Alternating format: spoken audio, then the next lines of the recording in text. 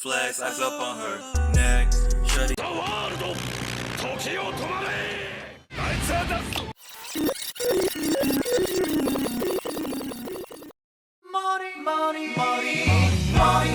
Cho Radio. We love Morioh Cho. What a beautiful Dwang, everyone. Welcome to the second episode of the Morioh Cho radio broadcast, episode 2. If you're an anime only, we're still keeping it anime friendly for today, so you are in luck. So as long as you're on at least part 5, latest episode, you're good. Yeah. I'm here with Straw Hat Pat. Yeah. Subscribe to him at the description will be the link below.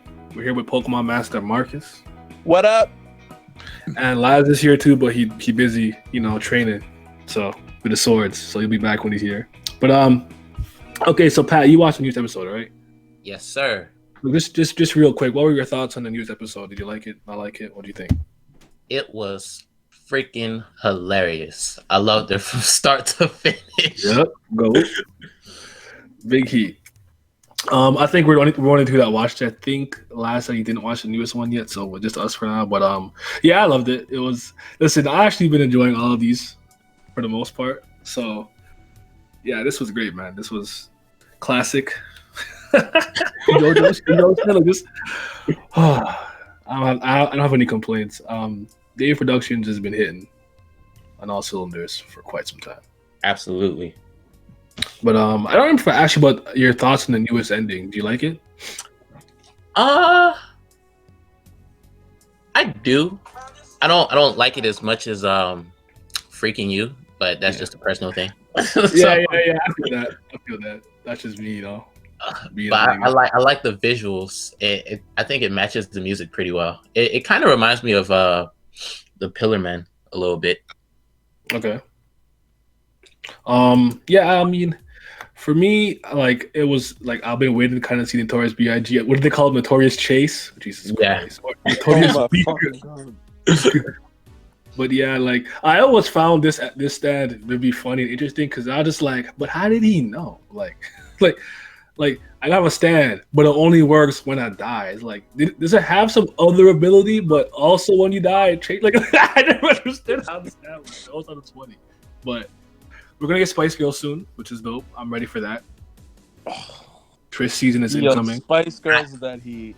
Yeah. I cannot wait to hear Spice Girls talk. I've been looking forward to this all part 5. Honestly, Wanna be? Wait. Yep. I might have to catch up real quick if we don't. Been saying this.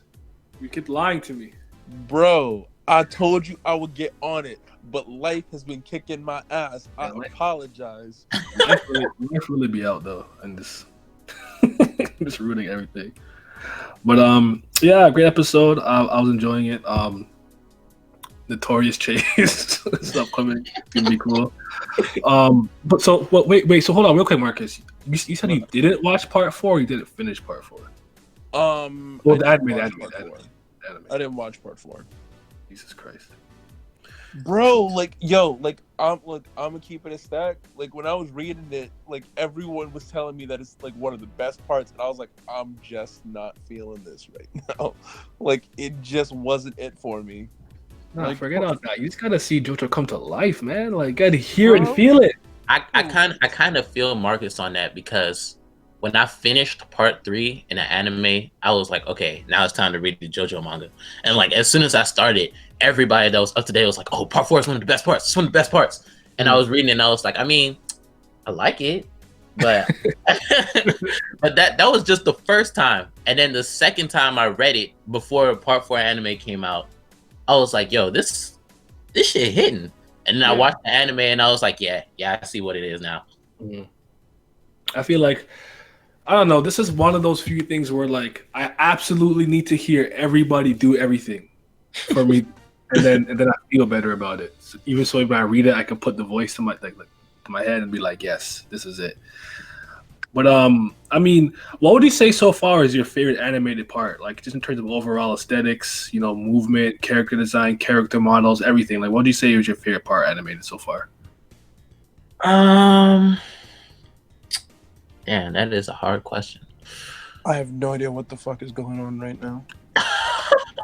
Oh, you dropped for a second. I just asked like out of the animated parts that you've seen, which one would you say is your favorite in terms of like you think of everything, the music, character design, movement, animation, everything. That's like what was your favorite part so far animated? Oh fuck. Character design, I'm biased towards part 2. Music, part 3. Mm-hmm. Like, oh gosh. I would say part 5 to me actually, from just an animation standpoint at the very least. Part 5 to night. Leave me alone. Part 5 to me, I like how it looks. I like how everything sounds. I like everything. Everything to me, with part 5 has been like an improvement of everything else. I do like that with part 4. They kind of took the latter half of Araki's evolving design for like the anime instead of the more like hulkish, brutish look they had at the beginning. So it looks good. I actually thought part like 3. I like first of all, I like how every part looks. They're all great. Just like 3 to me, for some reason, this like squareness of the face or something, it throws me off sometimes. But you know what I always said though? You know how like part 1 and 3 had those like different, like I don't even know what you would call it, the animation for the openings. Mhm. I wouldn't mind seeing the episode or something like that in that style. I think it would work. I kind of like it. But yeah, what would you say though, Pat? Okay, so if we're going off the way it looks, I would say I would like the part 5 because it's like the way they shade it, it kind of matches the way they're like feeling about certain situations, and it gets me excited. Like the looks that Narantia be given when he's about to get serious, I Yeah. love it. Hold on. I'm sorry. I just had this random thought, and I don't want to I don't want to let it go away real quick. Okay, Can go we ahead. just talk about how in part 5 they are actual gang members involved with organized crime, but they're all fucking brain dead?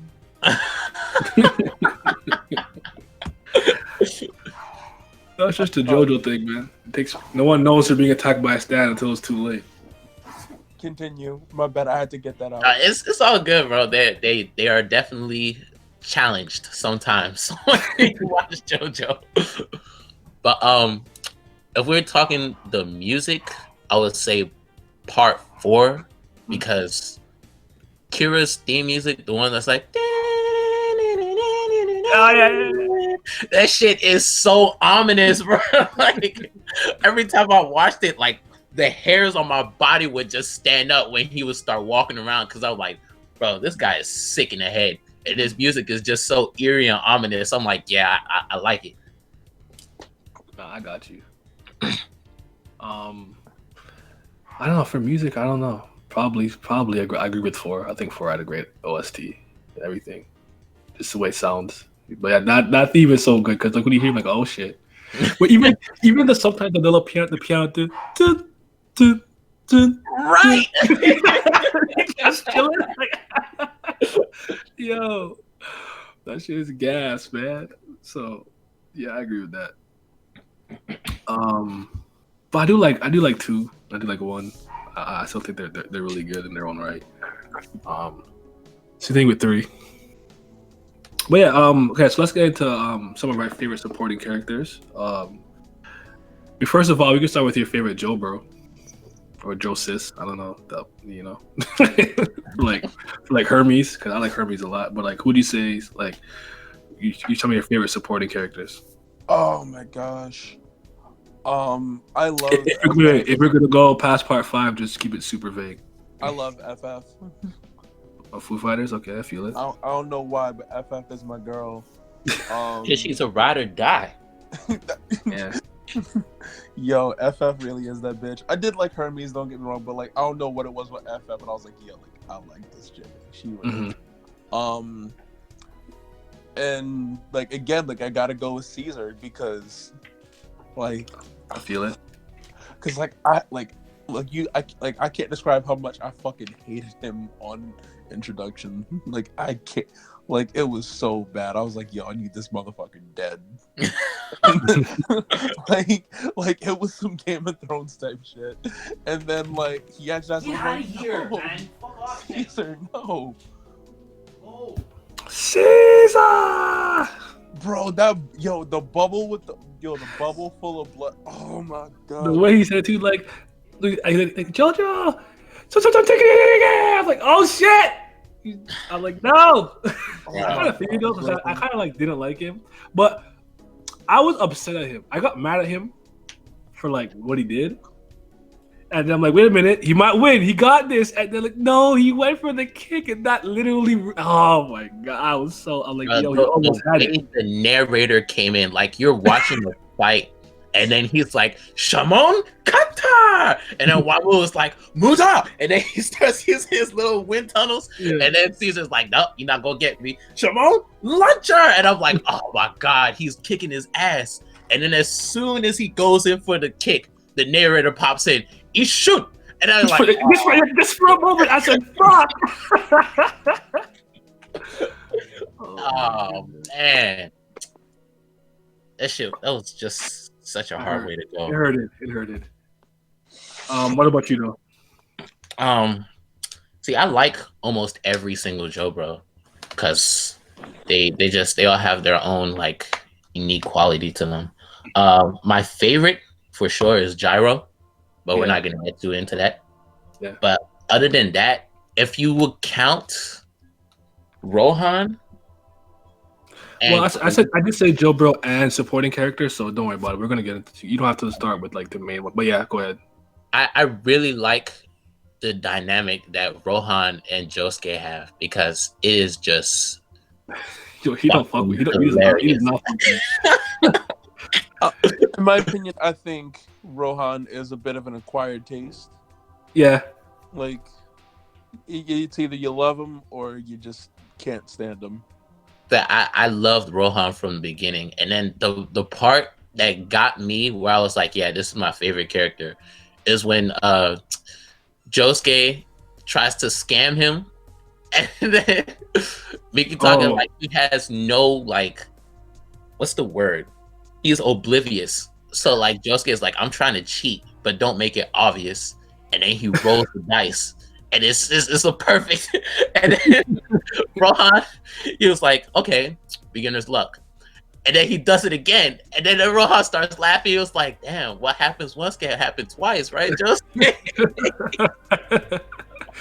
and then he cuts his pinky off. Yep. He's like, I don't know how you're cheating, but I know you are, and I'm gonna figure it out. And I said, wait. And then the fact that he called, damn, what's his name? The one that makes people feel guilty. Oh, yes. Oh, fuck. I don't remember his name, but I know what you're talking about. Yeah, he calls him over, and then he's like, I'm gonna find out how you're cheating in this one turn. And then his house catches on fire. He's like, I don't care. I'm about to catch you cheating. He really didn't give a fuck. He was like, nah. Fuck the house. How are you doing this? I said, yo. You rich, but come on, bro. Rohan the GOAT. Yeah. Big facts. He was like, I'm gonna have a new house next week. It's fine. Yo, that is the GOAT, truly. All right, since you're here last, let's run you through everything real quick. All right, so first of all, I gotta ask anyone who's new to this. So approximately when did you get into JoJo? And what would you say is like the moment, scene, or character that kept you? Like you were like, yeah, this is it. So if we want to be exact, so I remember so when I watched the anime, I know part 1 and 2 had came out already. So I would say like it was just maybe like a month before Star Wars Crusaders came out. So I would say like January, February of like 2014. I watched that, and then I was waiting like weekly for Star Wars Crusaders, and then at a certain point I'm like, yo, I just want to read the manga. Yeah. So I wanted to read the manga after that, and then I literally caught up within 2 months to like where Party was. So which I won't say too much in there, but I basically caught up from like that, like I would say like January, February 2014, and in the moment, if you had to ask me, that kept me going with it, I think it had to have been the moment at the end is the first part with Jonathan. Okay. Yeah, because for me, it's like, I mean, like obviously when you look at the other ones and stuff, there's probably other characters like that. Probably people enjoy more from the JoJo like main characters, but I think he really set the tone of what kind of person he was, and that was the kind of thing I was feeling like maybe that's what the other JoJos are going to be like, you know, if not like a carbon copy, but at least like that trait that you saw from Jonathan, what he was doing, like, you know, for protecting his family, to stopping evil and stuff. That right there, that ideology, I like really vibe with that with Jonathan, and that's pretty much the thing that kept me going with it. All right, I feel it. Like for Pat, I mean, last episode he said it was the very end. He's like when Jonathan was like Dio, and he whooped his ass. Yeah. And then Bro, for that me, shit was just so funny, man. Like he just busted doors open. He's like, Dio. Yeah. and then he had to be asking like, "Oh, you heard about Elena?" I said, "Nah, you gotta fuck him up. You can't get away with this." Yeah, bro. Like, I mean, even then, like the whole deal stuff. Like when he took out the dog, bro, Danny, I was like, that was how quickly I got invested. I said, Yeah, I mean, it's like, I guess it's like when you say stick with the series, that's like the moment I was saying before, yeah. But the moment when I saw that, I've never been so livid in my life when I saw that. I'm like, are you kidding me? And then he does the whole stuff with his ting afterwards, like, bro, like, come on. Yeah. And for Marcus, it was a Tommy gun. He said, right? Oh shit, yeah, the Tommy at the shop, Yo, bro, that yo. Tommy gun, yo, it's the most ridiculous thing ever. Cause like he's just like fighting this motherfucker out of nowhere. He's like, you know what? Fuck it. Pulls out a Tommy gun from nowhere and just shoots into a fucking restaurant. And like no. The best part is, one, there's people inside the restaurant. Two, his like I forgot the kid's name, but like he had a black friend. Smokey. He's looking at him Okay, like, yeah. Oh man. I forgot his name, but he's like, Jojo, what the fuck are you doing? And he's just like, don't worry about it, it's fine. No Like, way. what? Like, come on. Like what? Yeah, Mhm. but I troll people all the time, and I say like, yo, I like if I tell you the Tommy gun's my favorite gun, you'll know why if you watch Jojo. Yeah. You know, Okay. I still remember like Smokey's line too. Yeah, Shabaraya! Like when he's like freaking out during the run, I'm just like, bro, like it's just wild, bro. Yeah. Yeah, I love that scene though. That was a really good scene. I was like, where the fuck did you hide that? bro, when I was watching that for the first time, it was like I always watch anime late at night because that's just like when my brain starts functioning at full capacity. So when I was watching it, I was like half asleep. I'm not even gonna lie to you because it was like 3 a.m. and then Joseph hadn't done anything yet except be funny. So I was like, okay, I like it, but nothing's happening. Mm-hmm. And then Strayso comes, and I'm like, oh, it's Strayso. What's he doing? And now I'm about to fall asleep. And then like literally, you know when you fall asleep but you don't know that you're asleep? Like literally as soon as that happened to me, I heard bullets and I was like, what? And it made me jump up and I was like, yo, what? When did he get that? What? Huh? Shit woke you the fuck up. Yeah, he did. That reminds me of Sword of the Stranger. When that fight scene started at the end, I lost all sleep. I said, oh, this is a hit. Hold on. I woke up. So this is gas. All right. But all right. Name who do you say is your favorite Jobro? Oh, Jobro. I mean, I'll say the name. I won't go into it because, you know, spoilers. But I would probably, you know what? It switched from the last day, but I think Gappy. All right. Yeah. And for those of you guys who don't know, it's Josuke, but, you know, party. Yeah, just. Your favorite Jojo? Or, I mean, Jojo or Jobro? Oh, the Jobro. Ooh. Yeah, Jobro. Oh, Gyro. Yeah, That's easy. That's really easy, yeah. That's an easy answer. I mean, he's a GOAT. But and talk about some of your favorite supporting characters, even if they're not particularly a main cast. It could be, you know, a recurring antagonist, whatever. So yeah, so I'll just throw some names and won't dive too much because I know later parts spoilers. But of course Bruno definitely is up there for me. Narancia. Recently too, Mista's really climbed up. I liked him, you know, in part 5, but I didn't like have him high up there. But the anime is really brought me back there. Weather Report from part 6. Hey. You know, freaking. I Those are the don't GOAT. remember anything too. Like I know, like I always joke around and say it too, but I kind of found it was hilarious. But Mountain Tim, bro, from part 7. Okay, I feel it. It's just so different, bro. But he put in a little bit of work, bro. I'm just saying. Him, I think even like part 8, we go like, you know, with Joshu and stuff like him. Jobin is another one that's really climbed up the ranks for me as well. And Hold on. I'm sorry to interrupt. But can we just talk about that one dude from part 7 that just ran the entire time?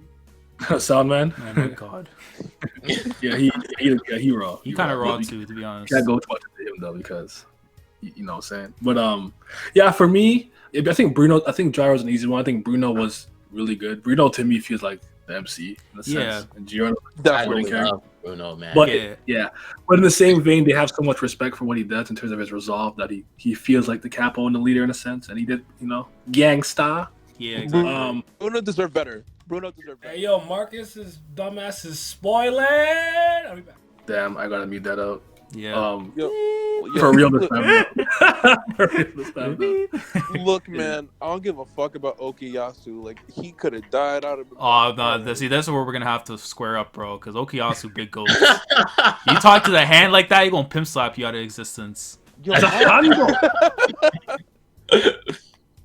Hey, yo, like, I yeah. just like Okuyasu just ain't me. Yeah. Mhm. I was gonna say too. I was gonna throw in Rohan, but I don't consider him. Oh, I mean, like, okay, Sidecast, yeah. I was gonna say it was like a Jobro. I would like he's one of those guys I can't consider like an Okuyasu, yeah, but He does not talk to Josuke. he's not his friend. yeah, that's what I'll say. Yeah, but Sidecast though, yeah, Rohan would be my favorite if I don't include Gyro. Because if I just keep saying Gyro, bro, like you already know who my favorite character in the series is. No, so. I mean Rohan to me is one of the better supporting characters. He's got so many spin-offs. Yeah. Raven's Door is a fucking dope ass stand. He's awesome. He's a little crazy, but he's awesome. Like, Yeah. listen, look at the spider. He scared the hell out of me. I said, Okay, see, here's the thing. I almost dropped Jojo because of that moment, and I'm like, if this is the wave we're going with Araki, I'm telling you right now, you bottom two. I don't care, but he kept it pushing, and I respect him now. yeah, you big goat. Yeah, But even like Koichi too, and I say Koichi because of the Duang translations, because he would kind of fire, bro. Got a feeling so complicated. Yo, Koichi, the real MVP of Part 4. I don't Big care. facts. Yeah, Koichi it narrated. really Oh. is, bro. he's narrator Yo, part 4. Koichi should be the real Jobro. Fuck Okuyasu. I don't know why it's always Josuke and Okuyasu. Koichi, the real MVP. I Yeah, he mean, was, there's a man. trio. Yo, You know? give Koichi a spinoff. I don't give a fuck. I'll read that shit every day I would of my too. life. Yeah, I would too.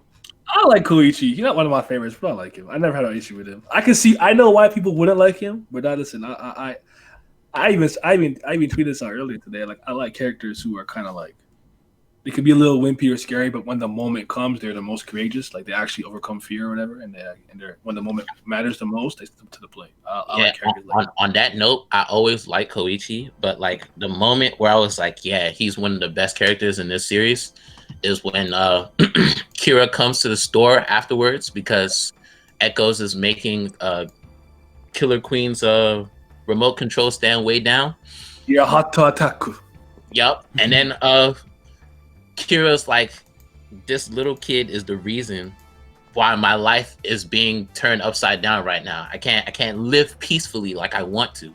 And then he beats the shit out of him, and Koichi gets back up, and he's like, I'm gonna say it one more time. A shitty snot-nosed brat like me is the one who figured out who you are. And I'm like, yo, talk. Yeah, because he pocketed the wallet. Koichi. Yeah. She was fired. That was actually a really good moment. You're right. That is the moment where I was like, all right, I'll put respect. And then when Jotaro like rose behind him and he was still bleeding. hold on. I was like, yes, no. Holy. Koichi put in work, man. And he felt bad too because he felt like he kind of fucked up in the house with sheer heart attack because he was kind of in Jotaro's way. But Jotaro's an ape. He just kept trying to break it. Like, come on, bro.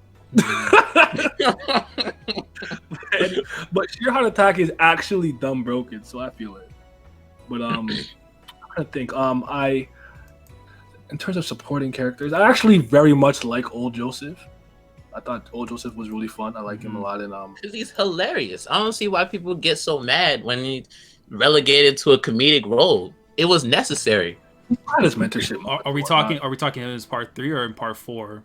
Well, no, Part we're three. talking. We're basically any supporting character that you think is good or Jobro. Like, you Yeah, think is- I'm just no- saying, like, do you merge the two or you just separate like the part 3, part No, 4 well, JoJo? because he's legitimately the JoJo, the lead in Yeah, part 2. yeah, I know. But in part 3, he's still the main cast. But I want to call him a Jobro because he really like that. Yeah, no, I'm just saying from like the literal sense. Like, are you going with his part 3 character or his part 4? Oh, yeah. That's what I'm saying. Yeah.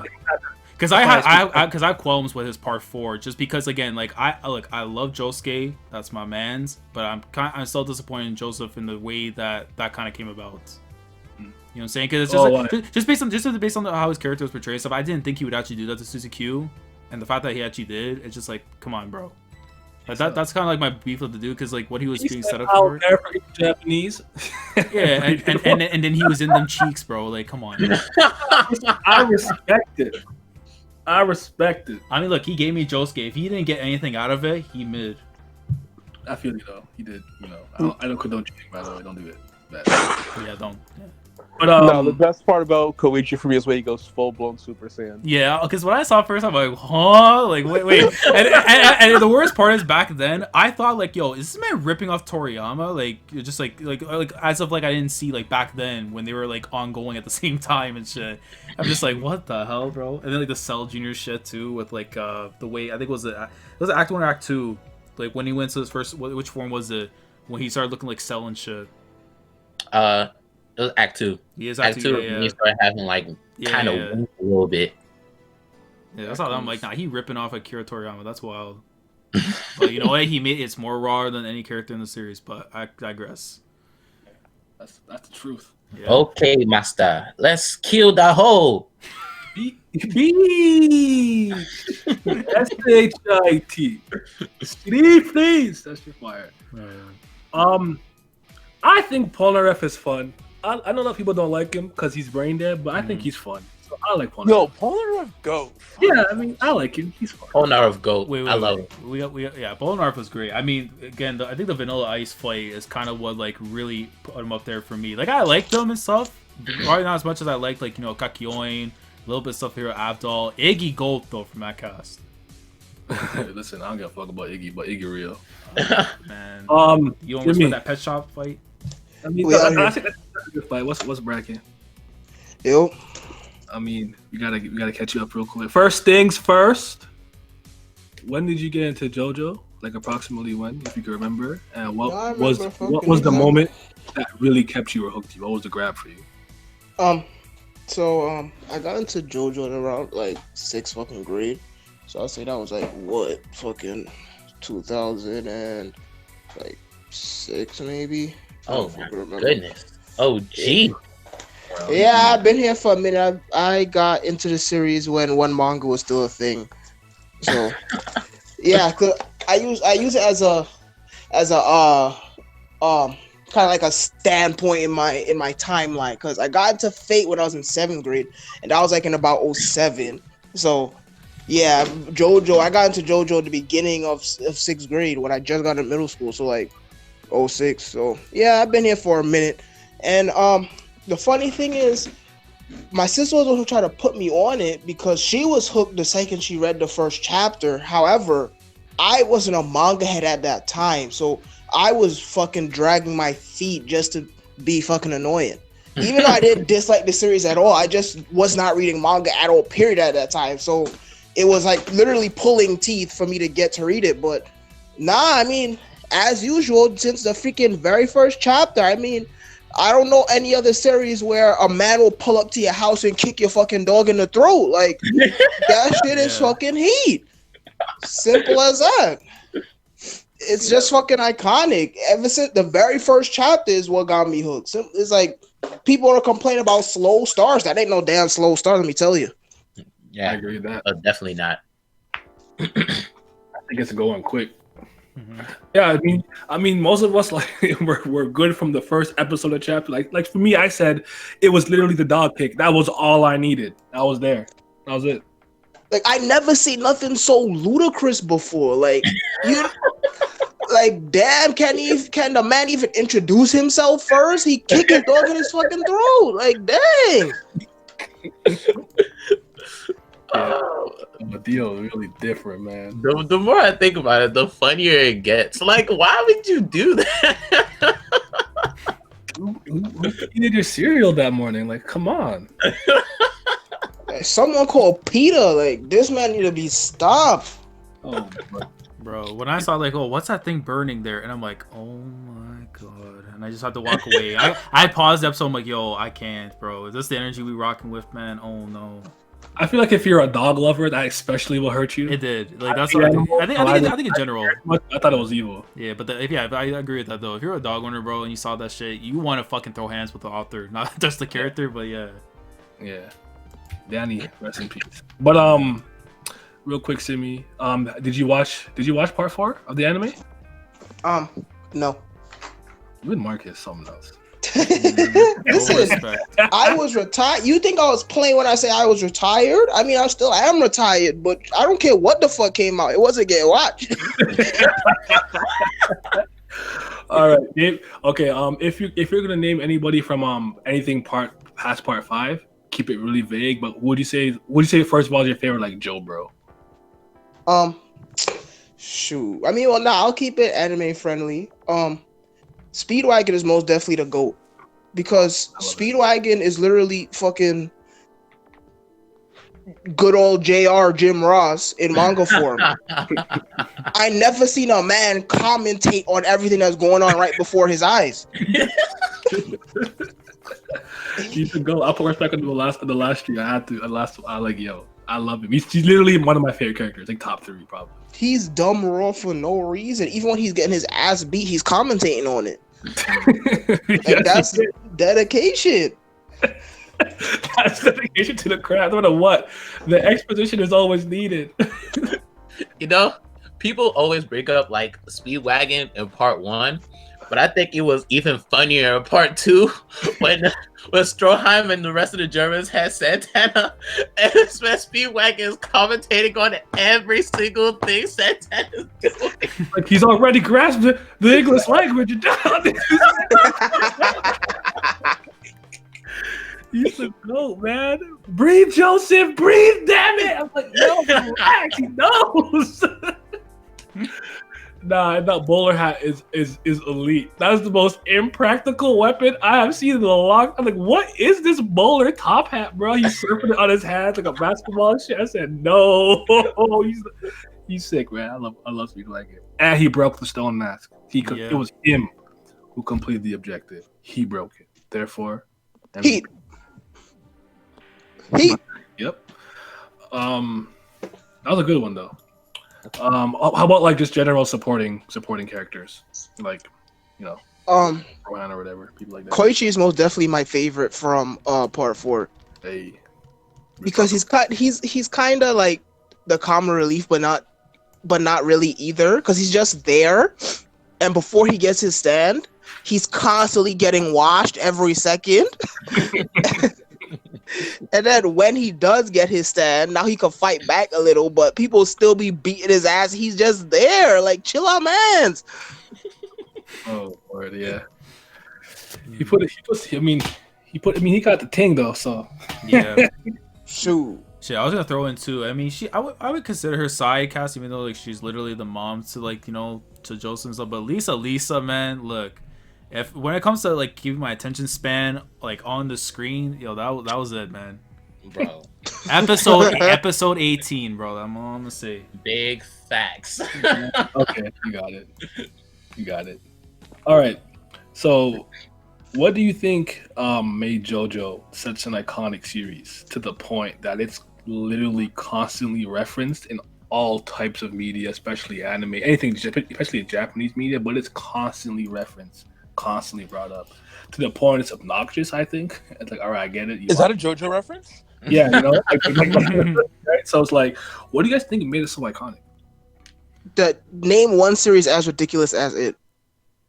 Exactly. It's like the Just epitome. Bobo, maybe, but that's all I can think of. Yeah. Nah, Bobo don't freaking. Nah, Bobo don't even come close. Listen, and Bobo references that and Kaneko Man too. And I was about to bring that up. What the same reason why everybody brings up JoJo is the same reason why you'll see at least one anime character or manga character do the Kaneko Buster. Why? Because both series are just that fucking ridiculous. They are that original. They're that creative. You don't see content creators, authors, anybody doing that type of stuff, period. And not only that, both JoJo and Kaneko Man had the privilege of coming out in such a early, premature time where manga was just starting to create in-depth stories. They just got away from being slapstick and whatnot. So when you have content creators now figuring out, oh, we can make these comics mean more than just a cheap laugh, and you have freaking someone like Araki pass by and then freaking drop a story just about a family and his adventures, then no fucking wonder why it's freaking dumb popular. And not only that, but his art is just freaking god tier. His art was nothing like the time either. It's just he's literally once in a lifetime. So he just had all the right freaking cards at the right time. Yeah, and I'll say this going back to the art thing too, because it's like when you look at a lot of like mangakas and stuff, you would tell, like, you know, for like, let's say example One Piece, you would notice the difference between East Blue to where we're at right now in the story. Whereas Araki, it's like literally every single part continues to like improve. Like you see how Jonathan looked in the beginning. By the end, he looks like a whole completely different character, but he looks more polished. I think that's like the rare where I can say for that. And then it's like by the time you get to, like, you know, from his transition from a buffy big dude, like how he would do in like Jojo's part 3, he would go to part 4 with more of like the feminine, like, you know, clean style. And then you go to where part 8 where they're looking like, yo, this is like nothing compared to what he was writing before. You know? So you see that gradual change, not just even just like from his art, but the way his story is structured too. And like I always feel like, of course, story is one half, art is the other, and how you move those two progression, especially for a series that has multiple parts and it keeps on changing over the course of time, you see that change. Like when you see the sceneries, the characters, the way their style, clothing, and that's why I kind of appreciate Araki being like a fanatic of musician, because you see that being implicated into his own story, whether it be the characters' designs, how they speak, how they handle themselves, like just a lot to it, man. Like he just gets art. Yeah. I think it's also a lot to do with like the heavily dramatized nature of it. It's so ridiculous that like it's so easily recognizable, especially amongst series that occasionally deal with like satire and will happily dip into comedy. Like you can easily throw in like just a JoJo styled design for just one page and you'll automatically find it funny even if you don't understand that it's actually referencing JoJo's Bizarre Adventure. Case in point being Madaka Box, certain pages of Air Gear. Like you can really just let me think, Trinity 7, like it's really just out there. Like you can really just see those references in a whole slew of other series that it's so dramatized and distinct that it's like, you just can't help but love it.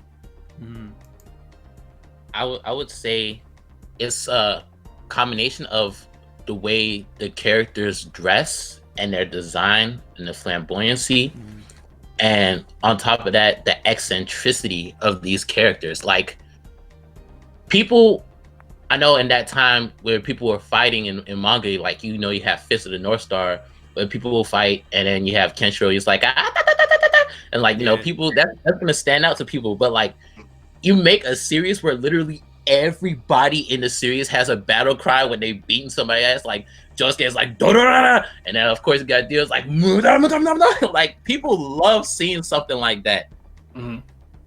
So when you take those points and then like incorporate it all together, you have like something that looks like a mess on the outside. Like somebody that's not into JoJo can look at this shit and be like, what the fuck?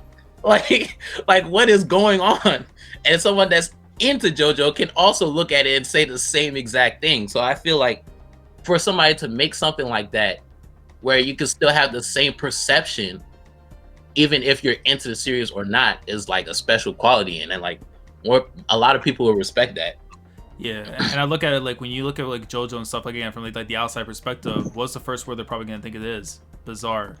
And that is what JoJo's Bizarre Adventures is, basically. Like, you just nail it. Because I feel like when you add something like that, right, you call a series bizarre, well, shit, you got to literally be the little definition of what bizarre is. Like, one of my favorite characters is Blue Lipstick. And you get no more bizarre than that. Right? But he rock it better than some other characters drip in another series. But that's for another day. For me, I think I agree with everything that's been said in terms of designs, eccentricity, flamboyancy. It has so many things about it that's iconic. Some of it just lucky timing and everything. Being able to create something as unique as stands, and having things like kind of like persona and like personas and like what the hell they call it, Shaman King, the spirits or whatever. Like, you know, like things like that kind of fall around you, possess you, and kind of fight with and for you. I think all of those things were obviously inspired heavily by Araki and whatnot. But one thing about him that I like, that I find a lot of issues with just today in general, a lot of media. Like, don't get me wrong, listen, I'm not gonna generalize everything, but I had an interesting conversation once about, like, if you gave somebody a paper for like a gamer and said make a platformer who had never played a platform before, they might create something interesting. Now, if you ask someone like me, I'm probably gonna model it after like Sonic or Mario or whatever. Where it's like a lot of the people who make manga today are just fans of other manga, and all they do is take and pull things. There's no originality. Yeah, they don't go outside. Araki goes outside. He went horseback riding to make Steel Ball Run. He goes outside. He's been to these places. Yeah. Like, he's actually doing the research in real time and whatnot. Because I read this in his manga in theory practice or whatever. So it's just like that level of engagement and care and putting that amount of time into your research and your work. I think it really shows. Like, I could see something and be like, you just took this concept from this manga or this manga. Just because you read 1,000 manga does not mean you can make a manga, even if you can draw. That's not how that works. Yeah, you know what I'm saying? It's like the pop culture thing, because it's like for him, like, look what he's using for a lot of like his characters and stuff. He's using like music, references and stuff, and like, and it plays out into his characters. But he also probably looks at other things too. I would say that, you know, no one else is thinking about, like as you said, the horseback thing. He's probably watched, you know, The Good, Bad, and the Ugly, like those kind of Western kind of films, and thought, hey, maybe I should do something like this. You know, but it just takes that level of thinking for him to really go and like branch himself away from the others. Like, when you become that original and you don't have to rely on someone else's thing, because now you look at everyone else's work, a lot of times you say, okay, look, this series is copying from so and so, but Araki's that guy where, like, you know, everyone's looking at him as like, you know, the focal point of what they want to do because they like what they saw from him. They figure, okay, maybe I can use this or whatever from there. Rocky, I can't see that from him aside from, you know, Fist of the North Star. But that's even like early on, just because it's based off design. Everything else feels authentic with him. Yeah. The thing is, though, I wouldn't say that he would even have taken inspiration from HNK either, because Jojo came out in '87. Yeah. Kinnikuman had just ended in '85, I believe. Dragon Ball has been running for 3 years. Sensei has only been running for 1 year. And I think HNK is on its second to last year from ending. So it's just that general style of drawing was the thing. Like, if you look at another 80 manga, like Otokukuju, it looks exactly like fucking part 1 Jojo. That was just how mangaka drew back then and whatnot. But the thing is, as I said, is just being in that early time period where manga has finally been lifted out of the light of just being cheap slapstick comedy for little kids to read, and finally something that could push actual stories. And you have him come along and just create fucking basic blasphemy to those old heads and whatnot. Of course it's gonna freaking spread like wildfire. I agree with that. The Atata thing, though, I think he did actually take. I can't remember if I read that somewhere. I don't know if you got that. I think the specific stand cry thing he may have gotten from there, but I know there's an interview where he talks about aura and what like sounds like onomatopoeia means to him, but I can't remember that. I'll find it for another time. But yeah, he's just. I just think he really isn't quite a storyteller like him at all. I think he's just super original in that, right? I don't think there's anything like Jojo, to be honest. And seeing him evolve as a visual storyteller, to me, is been a treat. Like, have you ever seen some of the Jojonium stuff? Like, have you seen how he would draw, like Jonathan and Joseph? He was drawing them in his current style. Yeah. Have you seen those? Yeah, I actually like most of them. I do need specifically Johnny and Joseph and Jonathan to be buff though. I need it. Yeah, just like, you know, to offset it a little. Yeah, they've been like a fridge. I need that, but you know, it is what it is. But yeah, man, Araki to go. Mount Rushmore. Yep. I think anyone, like, unless you haven't read JoJo, but if you at least experienced it and you don't have him up there in the Mount Rushmore, it's like, I mean, shit. What you doing, bro? Yeah. What you doing? Like, you have to be like someone who likes dogs getting kicked. Like that's just the only thing I can think in my mind of why you're fine with it. Yeah, man. But yeah, Jojo Go. I mean, think of Jotaro. Jotaro's look is iconic. It is, yeah, because it's like, you know, when like we go back to Japan and stuff, right? Like the most popular parts to them is parts 3 and part 5. Part 5, I think, is like the literal like their favorite there, and then I think it's like part 6 is the least one. But you can see like why, like, because like when you think of JoJo and stuff, the first thing in your mind is not gonna come to be like Jonathan or whatever. It's gonna be something of Jotaro. Or for like the Western He's on the audience. cover of the games. He's usually the For like everything, the like the protagonist of when they're all in there. Because like Eyes to Heaven, he's the one who obviously does whatever. Yeah. I want to spoil the game if you didn't play it, but you know. Yeah. But yeah, Jojo Go. So let's talk about some of your least favorite characters. Just throw them out. Whoever character you just don't like. And I'm gonna throw the first one because I won't say too much on part 6, but listen, there's a fella that and the name escapes me because I hate him so much, but the one that used the Dragon Dream stand. The Feng Shui dude. Listen, Yeah, the old man. Look, listen, man. Part 6. I'll say this. Part 3 and 6, I find them to be similar. Where the first part, the second part, gold. That dude, and thank God that was near the end of the first half of it, because I was like, yo, if I have to read one more page of this Feng Shui bullshit, I'm gonna fucking snap.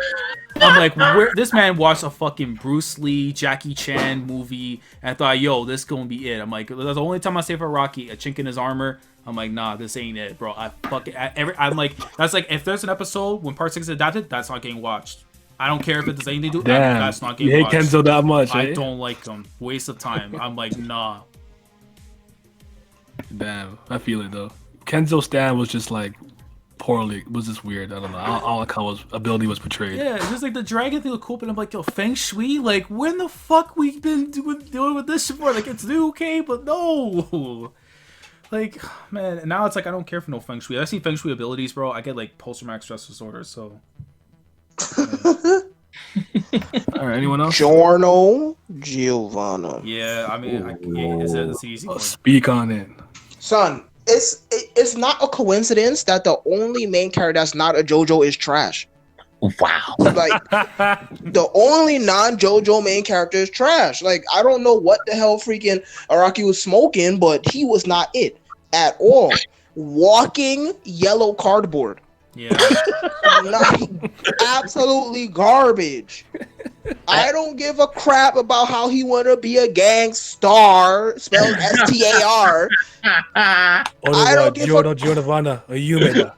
Oh my god, I don't give a crap about his overpowered freaking ability turning shit into animals and whatnot. I don't give a crap about none of his shit. Simple as that.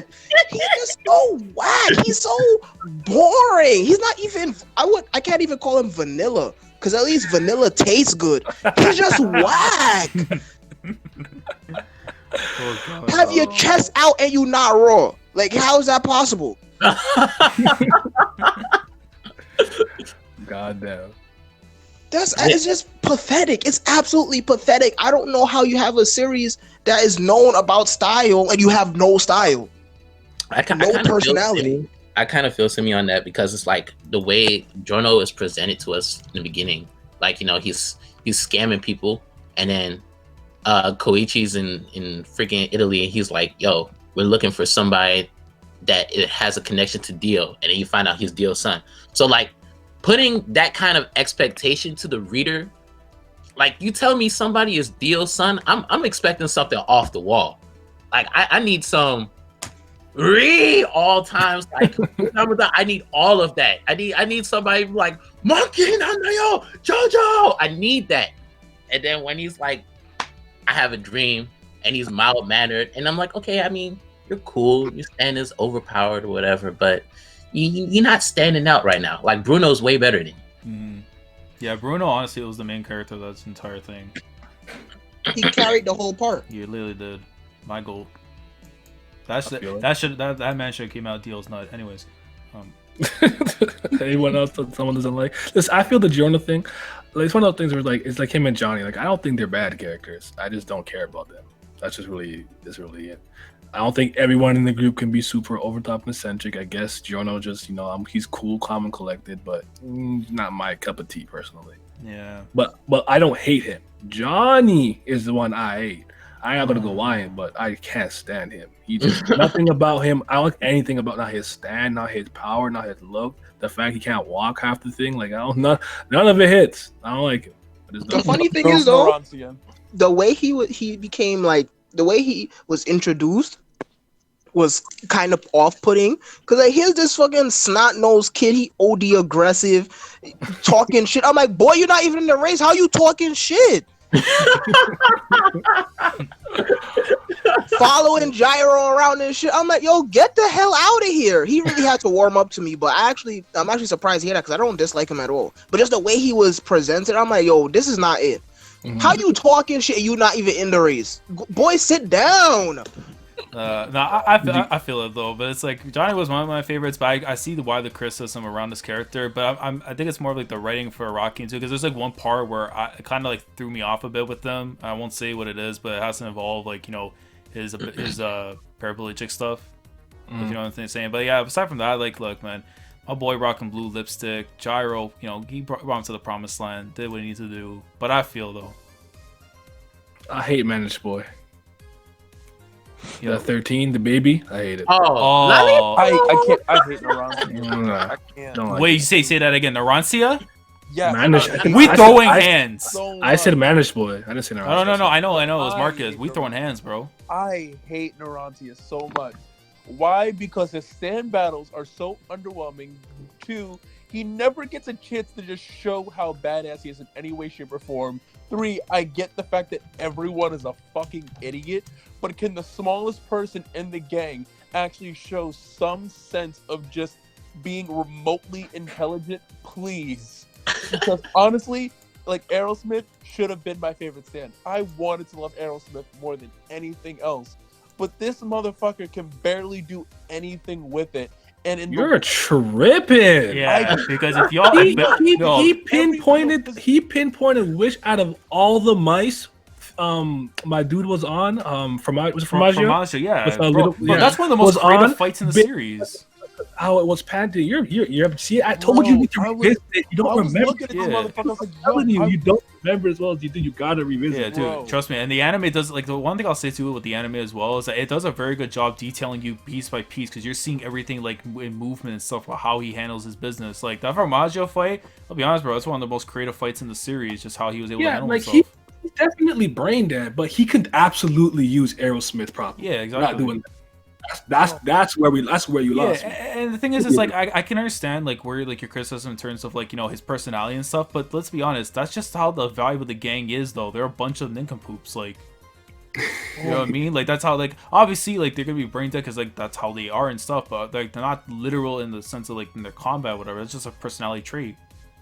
Oh my god, dude! I just look, man. I wanted more. I wanted to like him. Understand that, but I sit here. I'm like, bro, like. I need this dude to use it a little bit better. Like, he could have been doing so much more shit. He could have been using Aerosmith to scout out for people trying to murder them. Like, oh my god. He literally does that. Listen, oh my god. Listen. Next. Listen, just because he says 14 minus 37 equals 57 doesn't mean shit. All right?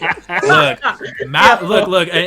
But he not wrong. Math doesn't do anything after school. So, his timetables was so trash, bro.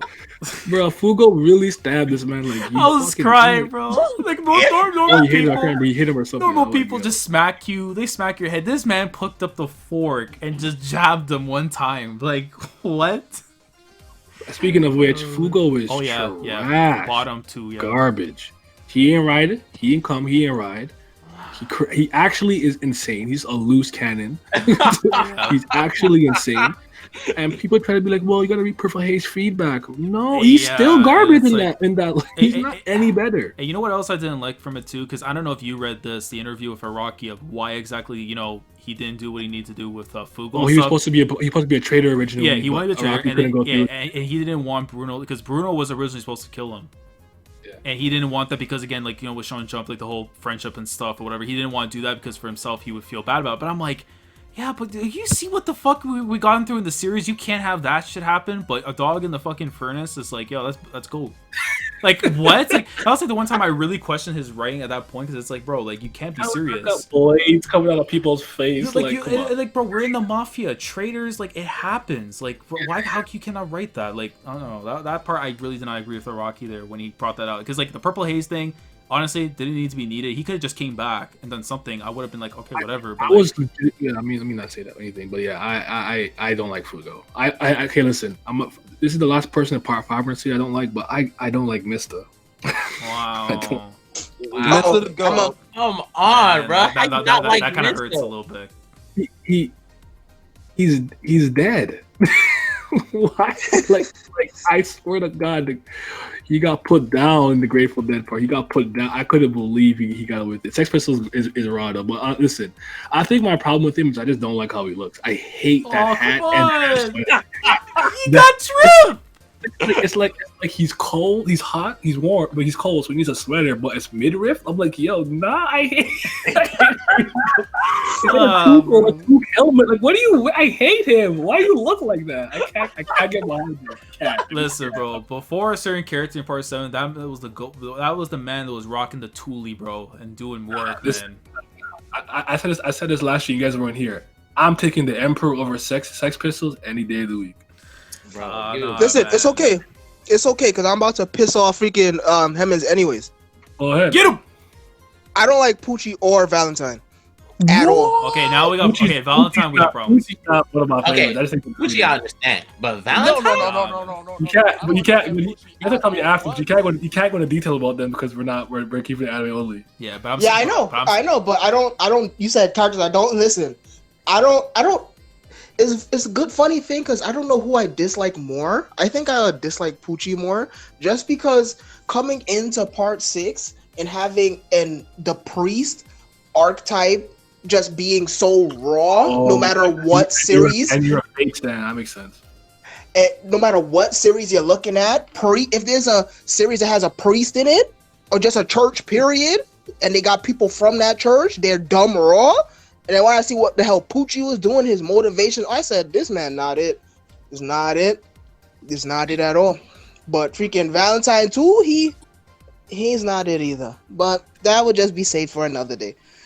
All right, you got it. You go though. I mean, I'm still booking my flight to New York though, so.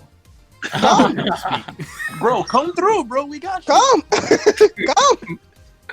Okay, so this is the warrant for LA. For me, the character that I dislike the most in all of JoJo is Enrico Pucci, because fuck him. Like, I can't go into detail, but it's like Simmy said, like his motivations was just so whack, and like I hate more than anything else characters that come to me with that self-justifying bullshit. If you know what you're doing is wrong, just own up to it. And he just refused to do it the entire part. And I was just like, you know what? He's killing the vibe for me. Like, I was enjoying part 6. And every time he popped up, and I was just like, oh, this nigga. Like, every time. like, every time he popped up. And his stand, garbage. His ability, broken, but garbage. Now, yeah, his very, like, his first stands form and whatnot, the fucking DVDs, that shit was not it. Shit was not it. Right, oh my god. I'm gonna say Abdul. I'm sorry. Aww. Wow. I think Araki mistreated Abdul. Bro. You know what to do with him. He even he brought him back and made him more centric so people would like him more, but he realized he wasn't like him. But like, I don't know. I think he just misused Abdul. I don't know if I hate him. I just thought he could have done more. Nah, man, that's not it. Yeah. Jotaro, I didn't like in part 3, but every other part is fine. I don't want to say I didn't hate him in part 3, just wasn't really like I didn't really care. Jotaro stole the shine off. You weren't down for the stoic stuff, no? With them, huh? You weren't down for the stoic stuff around his character, like personality wise, like. He was cool, I got it, but he didn't really. I wasn't like, yes, Jotaro time, woo, you know. I was just like, yes, Pornoriff time. I feel like if you read it like for the first time and you go through Jotaro, he's kind of gonna bore you a little bit. But like the way the anime presented it, like as soon as he will pop up, this theme music will play like dun, dun, dun, dun, dun, dun, Yeah. and you're like, oh shit. You know what somebody's about to get when he shows up. Yeah. Oh, Yeah. another one I want to throw into the mix, and we have to agree. No, there's no way someone has him like as a favorite character, but Shigechi. I was gonna say him next. I hate Oh my Shigechi. god. I Listen. felt Bro. nothing. Normally, Rocky had him like top 10 at one point. I said, "What? What is going on with his head? Because that's not his hair. yeah. Why is his scalp pointy? Why?" Listen, bro. Normally, I don't root for the villains or anything, but I was so happy, bro, when this man Kira did his thing, and I'm like, "Let's go!" Boom, dude. Like, yo, that was what I needed, bro. I was so happy, man. He's fucking ugly. She's ugly. He has some type of freaking brain cancer because there's fucking spikes sticking out of his head. He's a fucking thief. He's a criminal. Like, nah, he had to go. His ass had to go. It did, bro. His ass was screaming, ah! When he died, I was like, bye. Bye.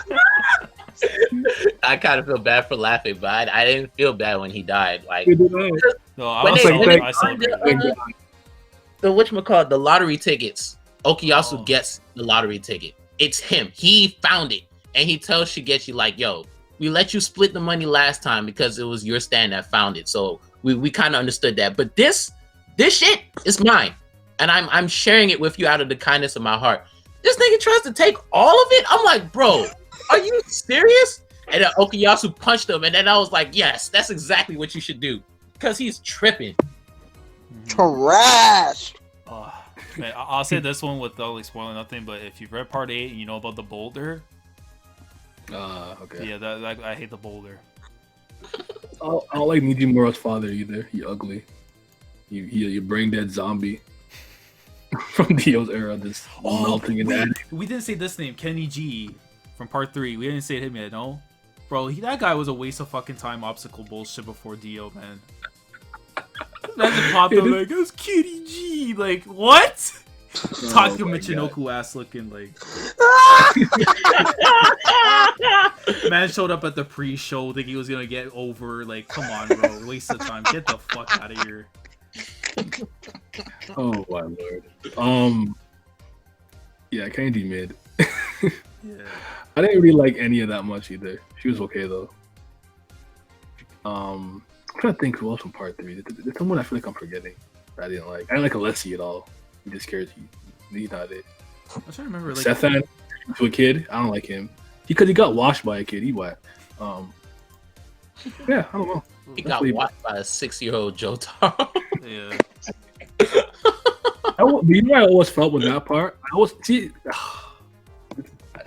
Araki still go. Don't get me wrong. I always the two things of Star Wars Crusaders I always did not like for some reason. Like I told you in the last episode, I felt like the one that should have beaten is he the older or younger Darby? Darby brother? The older Darby brother, yeah. Daniel. It should have been Joseph. It should have been Joseph. And I think he missed out on the opportunity to have kind of young Joseph just be in the show a little bit more. Absolutely. By not having LSC fight with him. That would have been really cool to see him like oh shit, like I'm 30 now? Like, you don't know, when I was 30, my hormone was kicking. I was the shit. I was like, we missed the opportunity there. But actually I can think of people I really don't like. Like top of my head, without really spoiling too many things. But yeah. Well, you know what? I'm not a Diablo fan either. I don't like Diablo. Yeah, I mean Diablo at the start. I mean, yeah, like when I first got into part 5, I thought okay, like he'll be interesting or so, but like just I don't know, his motivation and stuff like just really wasn't resonating with me whatsoever. Like he just feels so like displeasing, and that's like his stand. Like don't even get me started on that shit. I mean, he's the worst main antagonist. He's my least favorite one, at least. I would say so, yeah, for me too. I hold Diablo in the same regard as I hold Cars. They just both mid. Like I don't think they're terrible, and I don't dislike them, but they just mid. But this is a perfect segue into Battle Tendency. Let's talk about part 2, get into the discussion. First thing I want to ask everyone is, just we talked about Tommy Gun, but what's some of our favorite moments from Battle Tendency? So this is one from all the way back, like towards like the very, very end. So you remember the telegram shit with Suzy Q? Okay. When it's like, did you send the telegram? And she just has his face like, like, like whoops. and it's like if you read in the manga, she keeps the same face like the whole time, and he's like, "You bitch!" Like, Robot has me acting up. this man, bro. And then like another one too is like toward the end where when Lisa like reveals that like she's like Joseph's like mom and stuff. If you ever seen the memes of his face on the boat with when it in syncs with like him seeing his mom in like the bathtub and shit, I'm like, oh my god, it gets funnier and funnier every time I see that. Oh, we fight about ZZ. He's trashed. Wheel of Fortune. He garbage. Sorry, but yeah, continue. But yeah, I mean that, and then I would say like anytime this man goes, "Nigarendayo," like there's not one time I don't laugh. Like he just like Sugita is the fucking goat, man. I love that guy. When he did that during the Cars fight, I'm like, are you fucking kidding me? You like look at where the state we're in right now, and you chose to run away. Smokey's like, yeah, like It was a plan, bro. You had a plan. Hey, you had a plan. I want to say one of my favorite parts was the first one was when he was fighting SCDC, and then like SCDC killed, what was it, Messina or Loggins? Which one did he kill? Didn't he kill both? Did he kill both?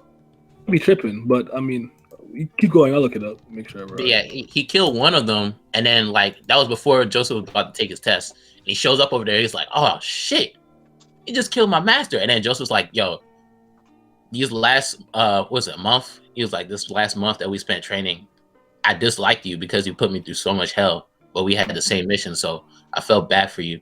Like now that you're dead, because even though I disliked you, you didn't deserve to die."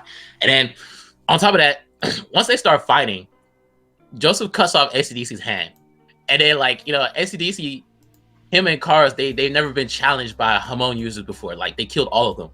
So when his head gets cut off, this man starts crying. Yeah. Like, I mean, he was ugly crying, bro. He was like, yeah. And it just caught me so off guard because I was like, what the fuck? Yeah, like I wasn't expecting him to be like shedding tears. Like, the way he's like, like all crazy. I'm like, bro, are you good? Like, and then he's like, after that, he's like, I got a little excited, so I had to cry to calm myself down. He was I'm like, huh? And another part that I really liked was when Joseph and Caesar were climbing the. No, Messina was fighting Caesar somewhere else. Yeah, never mind. He was good. Sorry, it was Loggins. It was Loggins. Okay. Yeah, he got kicked upside the midsection. Yeah, my fault. Go ahead. But I like when they were climbing the oil pillar. Oh yeah. And then when they're going up, like Joseph finally figures out how to get his Hamon to stick, so he's going up slowly. And then like Caesar, he was a little more advanced, so he's like almost done. And then like when Joseph gets halfway, this man's like, damn, oh my god, this is too much. And then he sees a little crevice where he can stick his hand in there. He's like, you know what, I'm gonna take a break. And he puts his hand in there, and then the pillar activates some sort of trap. And then it's like, oh shit. And Caesar looks down at him. He's like, Caesar, why are you looking at me like that? I'm sorry. He's such an ape because it actually killed me because it was super in line when he said like, he's like, listen, I skip a lot of classes. I hate working hard. I said, I feel it, bro. I'm just saying, I completely feel it, bro. Oh Lord. Yeah, that moment, I just loved it because it was like, if it was me, you best believe I would have put my hand in that little crevice there to catch a break. Absolutely. I would not have hesitated.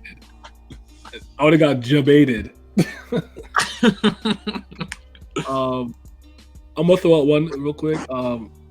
I like the part where he meets the Pillarman for the first time. This is after Mark was killed. Mm-hmm.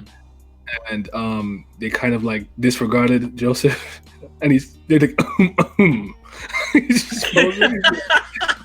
he's like, listen, Mark, whatever. But listen, I hate people who are constantly like, he just being petty because they tried to ignore him. That's why he's upset. I was like, Joseph is literally me. Sometimes I feel that. Like, wait a minute, you're not who I. Come on, man. You brought the ball. I was like, okay, let's go. Like, I love that whole secret. That shit was funny. She was funny. He's great. He's the GOAT. Obviously, every time he says, "You'll say this next," and he gets them, I love it. Mm-hmm. Cross-dressing Joseph is raw too. Yeah. He really thought, like, come on, bro.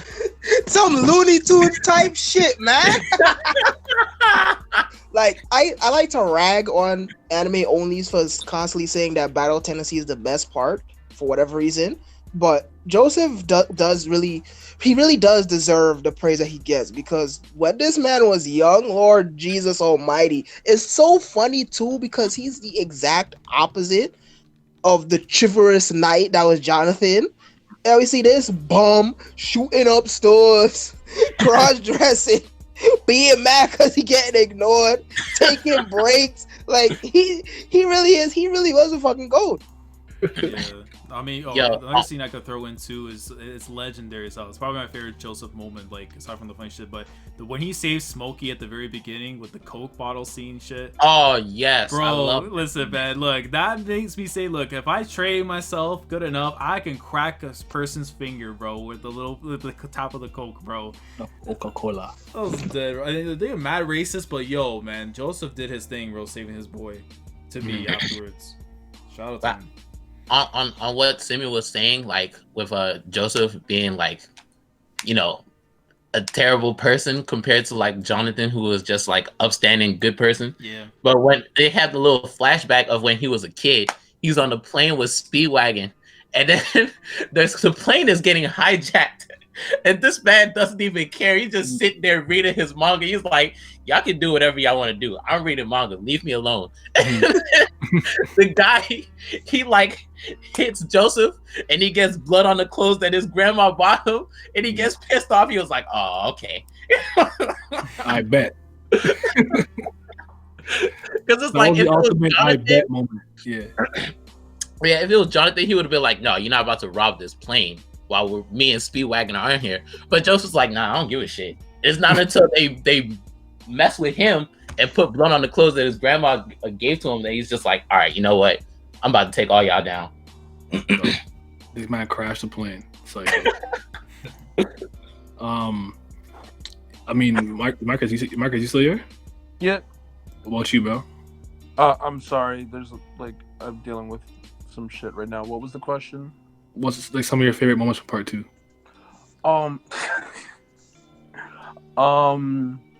I'd have to say like Wamu versus Caesar, the chariot fight. Chariot battle's really good. Oh my god, I fucking love that chariot fight. That was fucking dope as shit. One of my favorites in the whole series. Again, Joseph with the Tommy gun, like because like I accidentally watched that episode, and I'm looking at this one. What the fuck is going on? I have to watch all of part 1 go into part 2. I'm like, oh, now this makes sense. This is even better now. Joseph showing up at his own funeral. Oh fuck! There's just so much. I just love part 2 so much, man. What you feel? I gotta bring up One from Stroheim. Like, yo, Stroheim made me laugh. Like, I don't want to mess with him because, like, listen, Nazi's not, this is not it. But he made me laugh. This man, first scene is gargling. Like, what is this guy doing? Like, he's so wicked.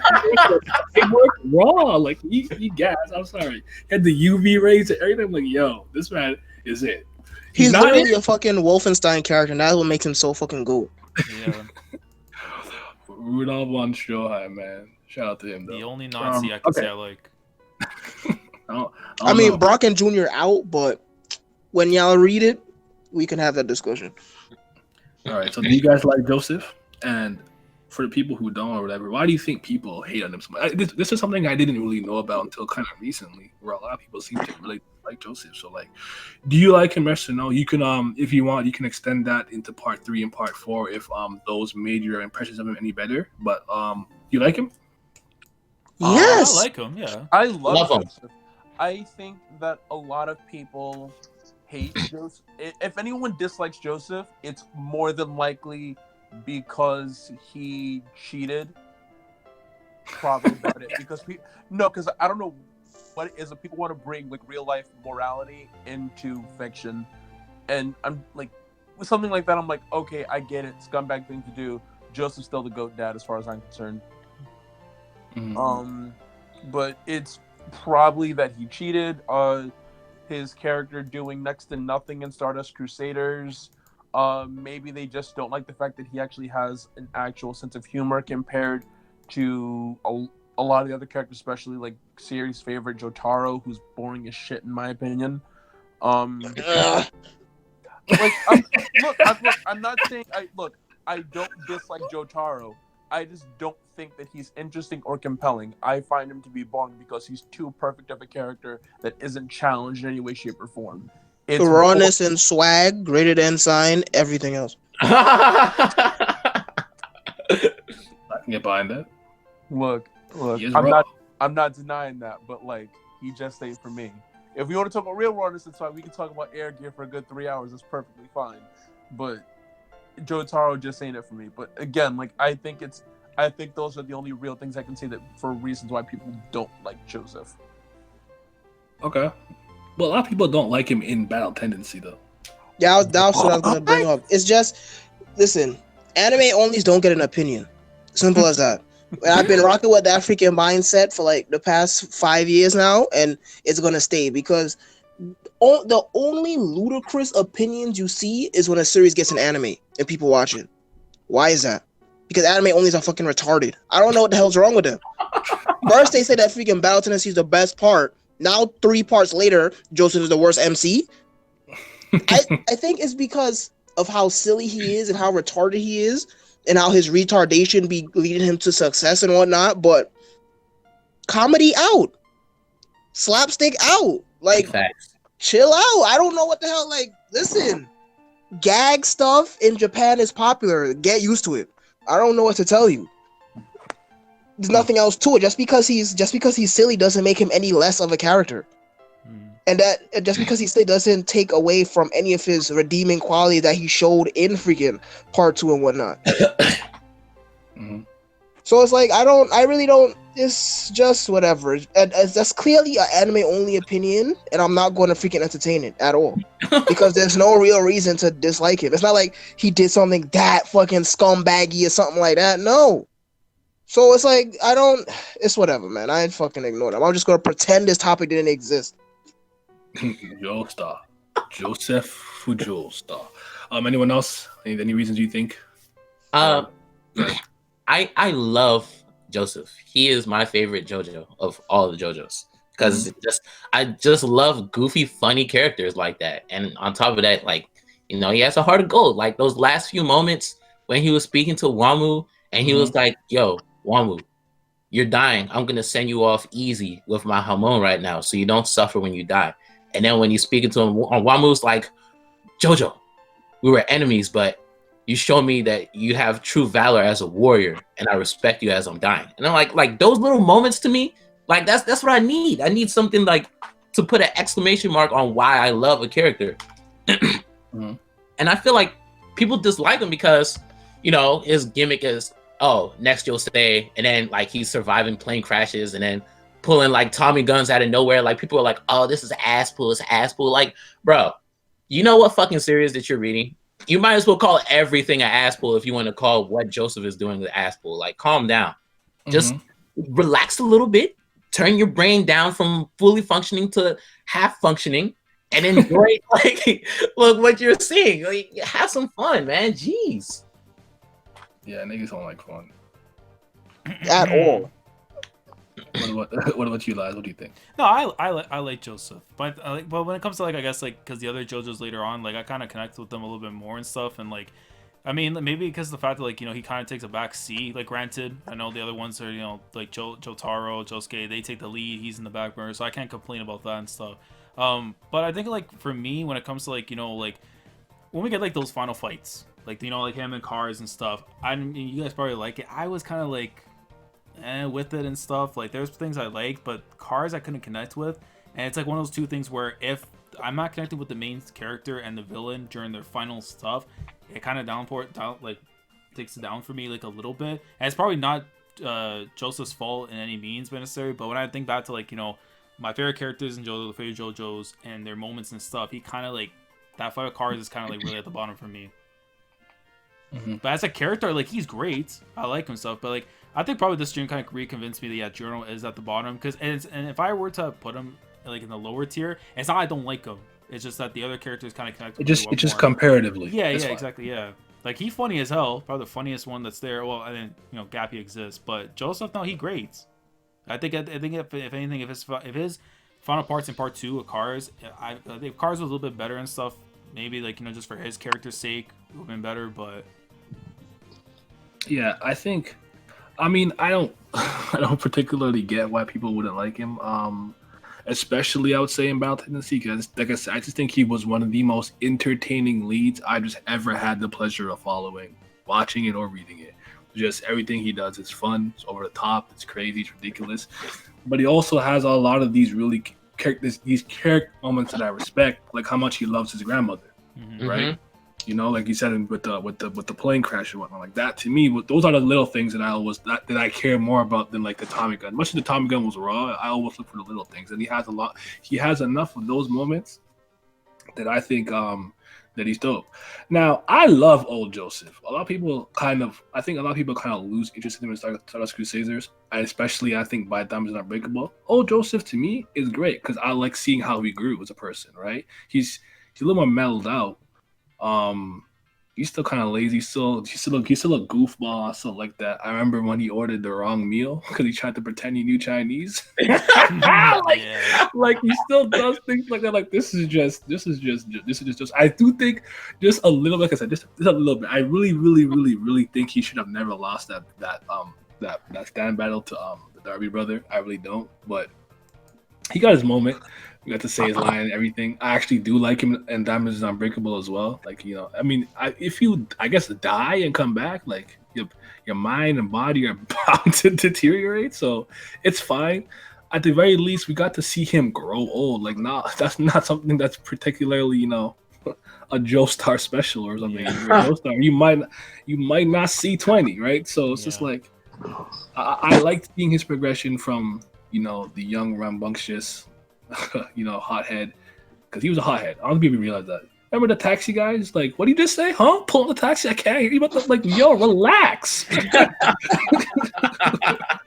Chill out. Yeah, he was like, huh?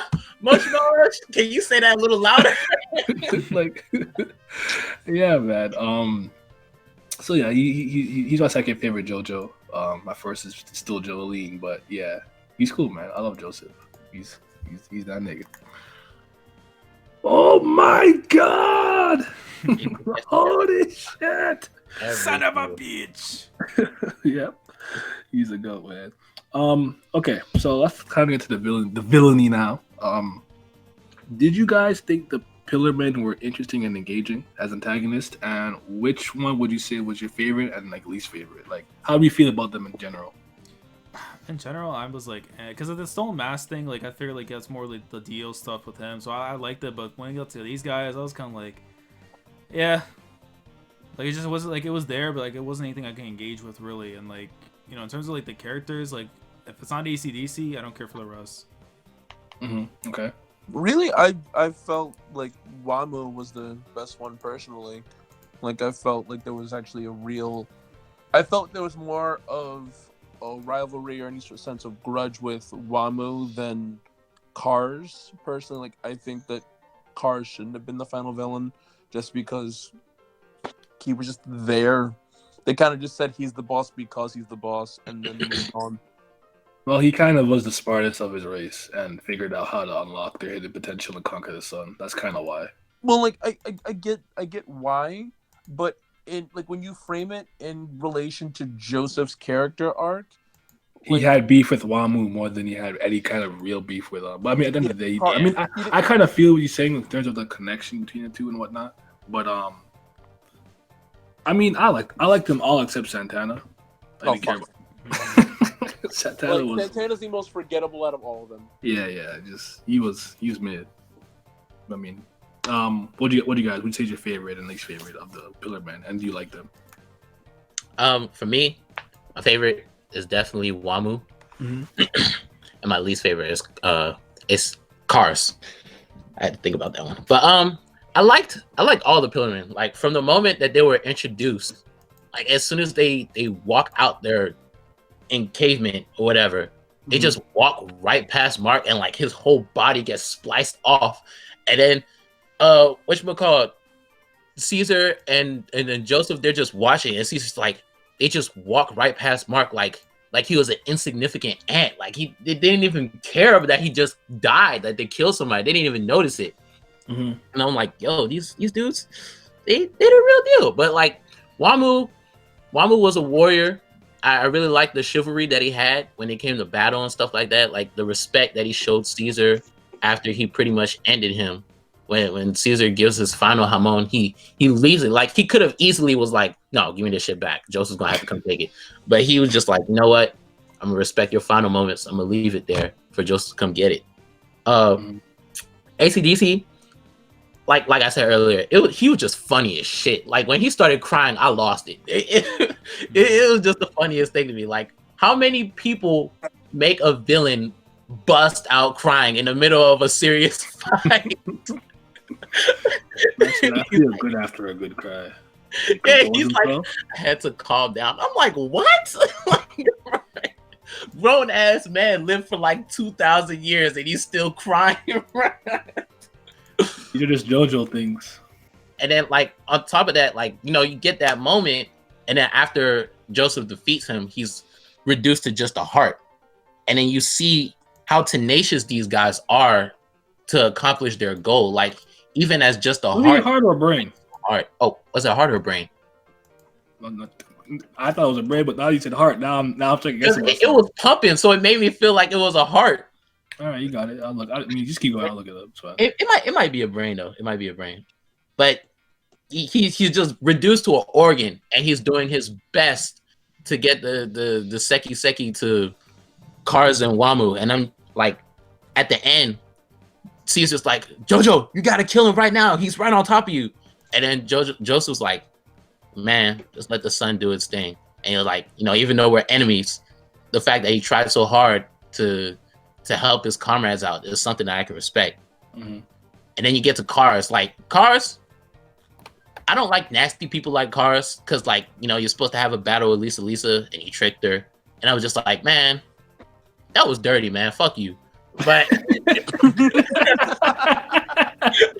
because, like, you just seeing the battle between them, and you're just like, bro, Lisa is that woman, man. Like, look at her go. And then all of a sudden, oh no, it was a body double, and he stabs her from behind. You're like, are you serious?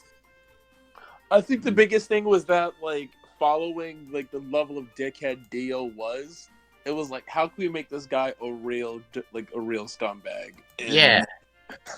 And I like, he was a disembodied nervous system. Wow. Well, none of us would have guessed that.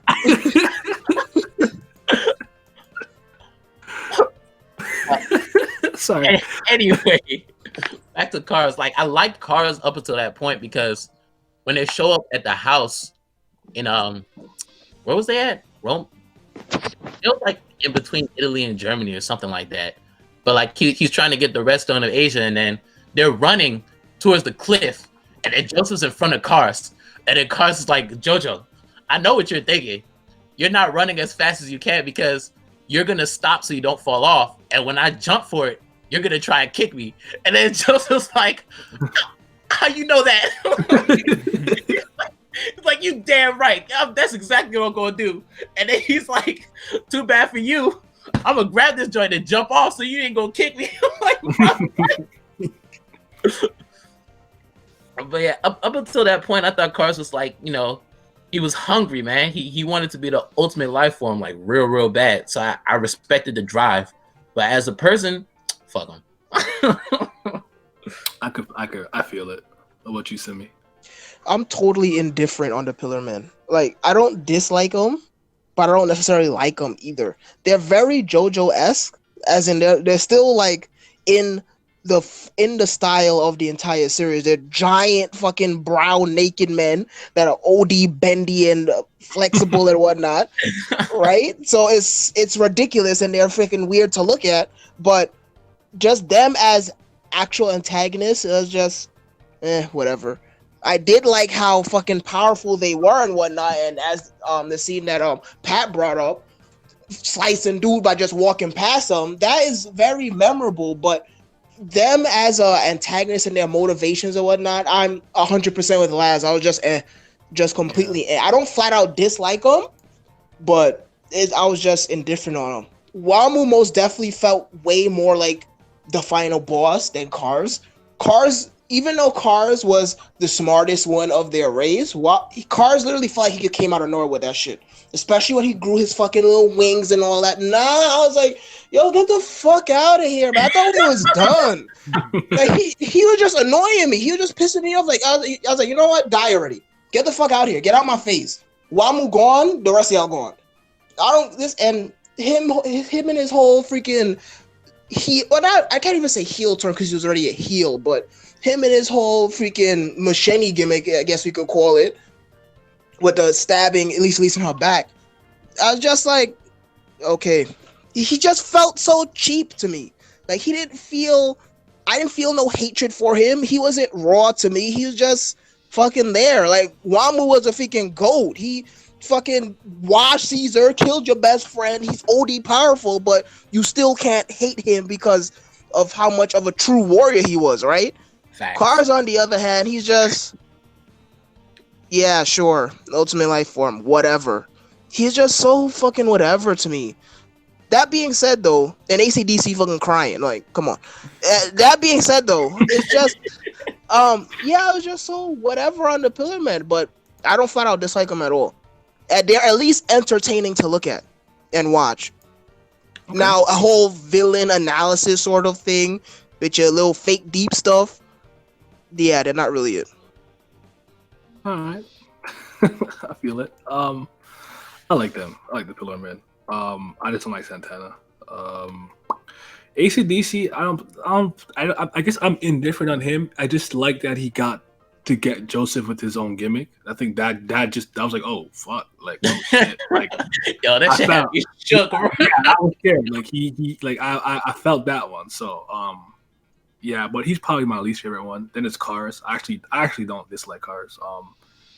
Cars, I think is just a little misunderstood, but I can understand why not people don't like him. I get it. He's just kind of like I'm the smartest, I'm just the last villain. But I felt like that was properly portrayed when Wamu kills me. He's my favorite one easily, but Wamu killed me because he got baited. Oh, Wamu's like, this nigga talking shit. I'm just like poop in the mud. I'm like, I was like, yo, Wamu got baited. Like I love it. He was like, what did you just say? He's like, man, if I had training, I'll beat that ass. And he said, yo, he was like, you did not want to disrespect me. I'm like, yo, I love it. He was the best the way one. The anime did it, where he was just like, Nani? Yeah, but the whole time, Cars just looks uninterested. He's at the above. He's like, aren't you gonna give him my engagement ring? He's like, no, I don't care. Let's go. And I felt that he had that cold, disconnected personality, like like from the get go. So when he was just like, I don't give a fuck about this fight, Lisa. Boom. I wasn't actually shocked. I was like, yeah, that's pretty much what I expected from him, So I don't know. And I thought it was cool how he tricked them into making him the ultimate life form by shining all the UV rays on him. He looked up, got the wings. He fucking gave Joseph the Hamon elbow. He's like, I conquered the sun. He's like, yo, they literally had to expel him from the earth because he was the ultimate life form on earth. So I still like Cars. I do like that he cares about life. For some reason, that's the only thing. He hates machines. And he did protect that dog from those guys with by protecting the car. I remember when he hit himself to make sure he bounced everywhere like a pinball machine. And after he missed the one flower, he has a respect for life.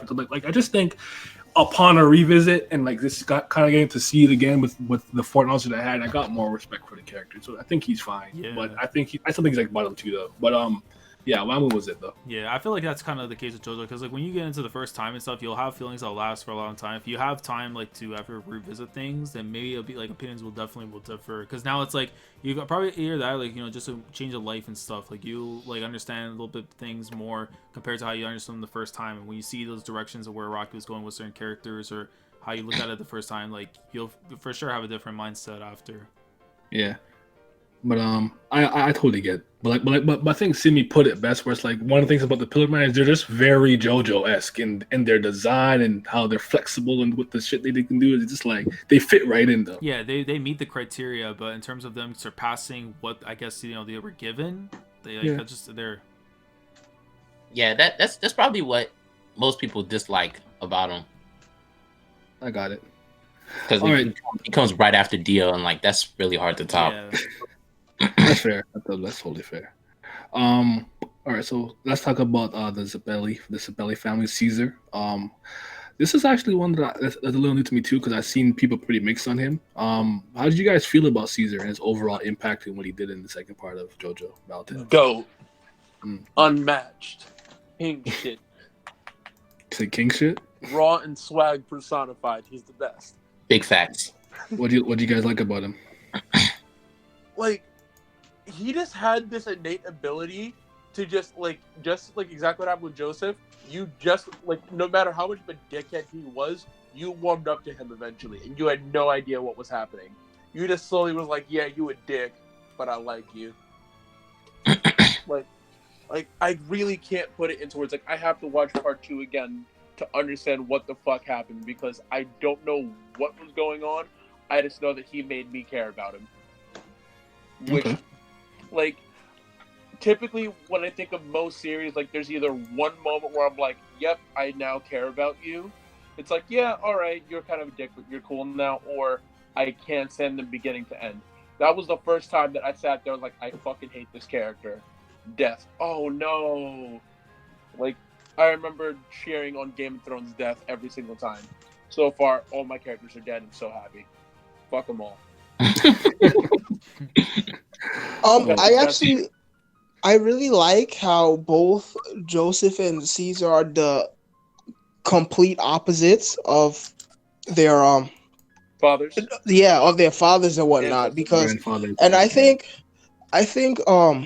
Caesar was kind of Araki's way of implementing that rival character that Shonen Jump series have to have, apparently, according to the internet.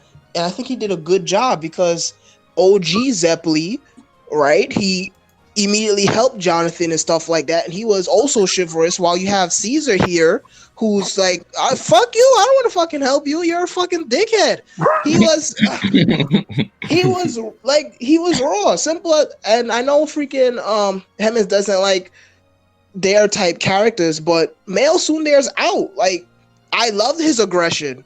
I loved his contrast to Joseph. You have the idiot on your left hand, then you have the super serious all business on your right hand, and they just made a very good dynamic. And not only that, I mean, Slander Pack, freaking him being a bubble buddy merchant is pretty funny, but regardless, his fucking raw, his scarf raw, like, he's just raw, period. Like, I really liked, he was a good send off for the Zeppeli family, if you ask me. Okay.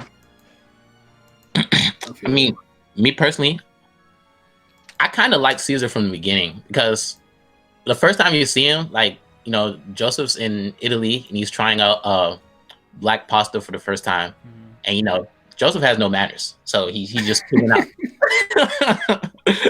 And then like Caesar notices him, and he's like, in his own little way, he's like charming this girl. He's like, this is how a real man is supposed to act. And then Joseph notices that, he's like, oh no, I hate talking people like you. He's so petty. I love it, man. Yeah. And then like, on top of that, like after that, when they're inside the house waiting for Mark, the way this man Caesar just sat down, like that always stuck out to me, because it's like he did the most. This man walks up to the seat, jumps up as high as he can, crosses his legs before he lands, and then sits. And you're just like, what? But from that moment on, like after they went through the training and stuff like that together, I found myself liking Caesar more and more, especially after they had the backstory with him, because it's like, yo, this guy was delinquent. And then when he saw his dad died like right before his eyes, and his dad didn't even recognize him. Yeah, that shit was crazy. I remember that. Yeah, and like after that, he was like he found new purpose in life, and he lived his whole life to take down the reason why he grew up like without a dad. And then at the end, we all know what happens. Like that shit hurt it, man. It hurt it. It hurt it. Oh boy. What about you, Laz? I mean, I like Caesar, man. I mean, between the two, I probably connected with him a little bit more just because the fact that the Zapelli bloodline is truly GOAT. But the stuff to get look at his dad and stuff too, because at the time it was like, damn, like how could you do that to him? But when you find out exactly what Mario was doing, in a sense, and how it kind of basically all led up to what we saw later on with Caesar going to Lisa, you build like the connection with him and Joseph, and then not to mention like when someone ends up going afterwards, and you have that character like who's going to be like you carry your legacy kind of thing. Like after he's gone, it's like he gave Joseph that extra the second win to keep on going to make sure that the job gets completed, even though he wasn't able to complete that. And he put on a phenomenal showing against Wamu. Like just man, look, every time I think back to that final ripple and I see that little ball thing showing up with the ring inside, I'm just like, damn, like he really about to go out. Like, He had Wamu on the ropes, man.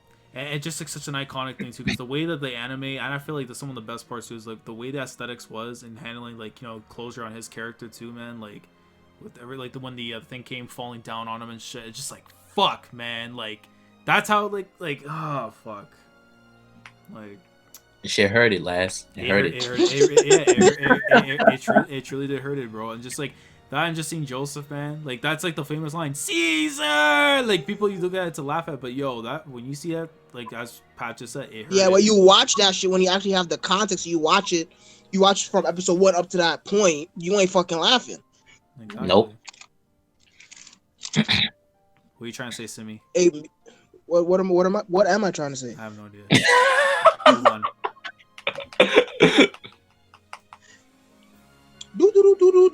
We gotta improvise, guys. Damn, crowd watching. Damn. I mean, I forgot I muted on both my mic and thing. My fault. I didn't care about Caesar until he died.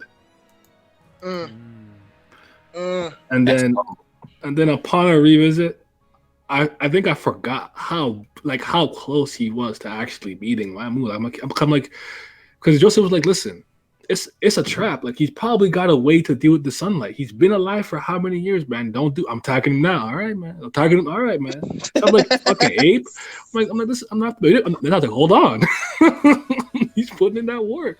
Shaman lens. All the lenses are reflecting the sunlight. I said, yo, he came with the kick, and then like we said earlier, the fucking narrator, this one instant, one moment, and I said, fuck. Just swirl those hands.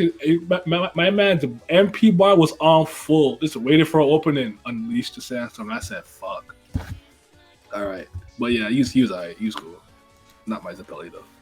Well, do you think that his presence and impact were important on the part overall? Because some people say he's not really. Yeah, no, it was definitely because that was the motivation for Joseph to keep on going to make sure the job was completed after like. Mm-hmm.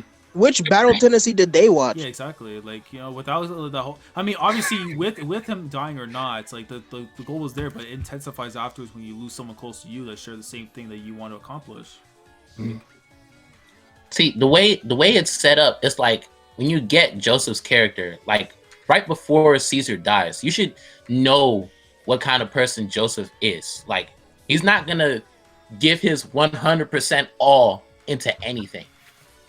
And that like Caesar dying was the incentive that he needed to like go all out and make sure that the Pillar Men were done from existence. Because right before they go into the house, they had a huge fight because Caesar's like, bro, these niggas is right there. We already got one of them. There's only 2 more left. It's 4 of us. If we go in there right now, we can take them down. And Joseph's like, bro, you hear yourself? If we go in there right now, we're all gonna die. And like Caesar, like he's always serious, so he thought Joseph was just being like half-assed, even though Joseph was being serious. But he's like, bro, like our grandfathers died because of this mask. Like, what you mean? Why are we not on the same page? And Joseph's like, I'm not about to die for my dead grandfathers. And like when he said that, Caesar was like, nigga, what? and like that's when they started fighting. like as soon as he said that, you just like Caesar's about to leave and go on his own because Joseph, like I said, like he's not gonna go and risk his neck for something that is dangerous. And Caesar dying was like the little push that he needed at the end, where it's like no matter what, he's gonna see this through all the way to the end. So Caesar is definitely important. Anybody that says otherwise, you're brain dead. Facts. Yeah. I also like how with Joseph specifically, how he kind of flips on that idea later on. Obviously, he's a lot older, a lot more mature, and I think in a lot of ways, if you get older and you have a family, you care about family more. And obviously, the Dio awakening was literally killing his daughter too, but he was ready to end the feud with Dio because of the bloodline. He brought it up that his grandfather was what kind of started it. Character development. Ooh. But Joseph's mid, right? So No, but like also on top of that though, like one thing I think a lot of people need to like really like put into context. If you take Caesar